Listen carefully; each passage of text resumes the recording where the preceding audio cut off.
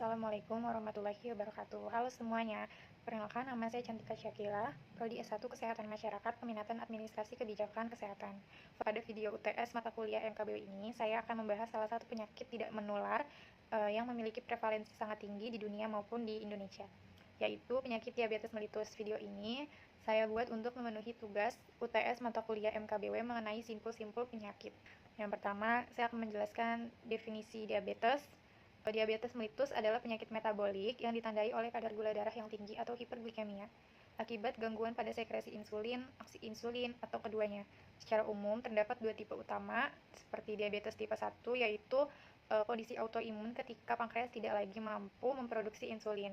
Dan diabetes tipe 2, yaitu yang dimana kondisi ketika tubuh mengalami resistensi insulin atau produksi insulin tidak mencakupi diabetes menjadi masalah kesehatan global karena dapat menimbulkan komplikasi serius bila tidak ditangani. Selanjutnya ada epidemiologinya. Menurut WHO, lebih dari 460 juta orang di dunia hidup dengan diabetes dan angka ini terus meningkat setiap tahunnya. Di Indonesia dan berdasarkan data Rikesdakes, prevalensi diabetes meningkat signifikan seiring perubahan gaya hidup, urbanisasi, dan pola makan yang modern. Diabetes juga bukan cuma menyerang orang tua, tetapi juga usia produktif akibat kurangnya aktivitas fisik seperti olahraga dan konsumsi makanan yang tinggi gula.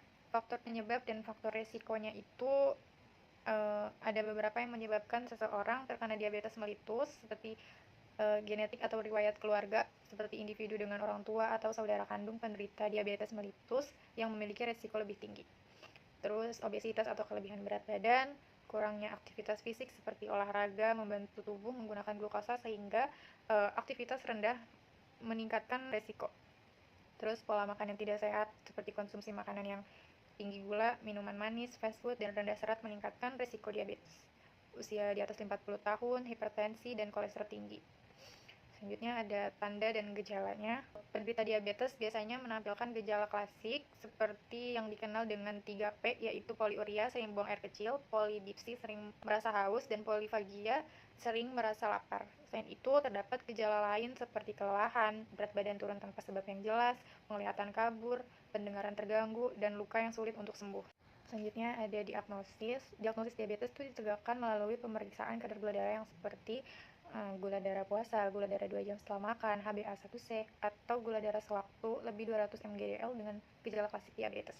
Untuk penata laksanaannya itu diabetes itu meliputi perubahan gaya hidup, pengobatan, dan monitoring. Yang pertama ada perubahan gaya hidup seperti mengatur pola makan, yaitu mengurangi gula sederhana dan meningkatkan serat. Terus olahraga rutin 30 menit setiap hari, menurunkan berat badan apabila terjadinya obesitas, dan pengobatan penggunaan obat oral seperti metformin atau glibenclamid, dan pada beberapa kasus yang memerlukan suntikan insulin. Pencegahan komplikasinya itu termasuk menjaga tekanan darah, kolesterol, serta memonitor gula darah secara berkala.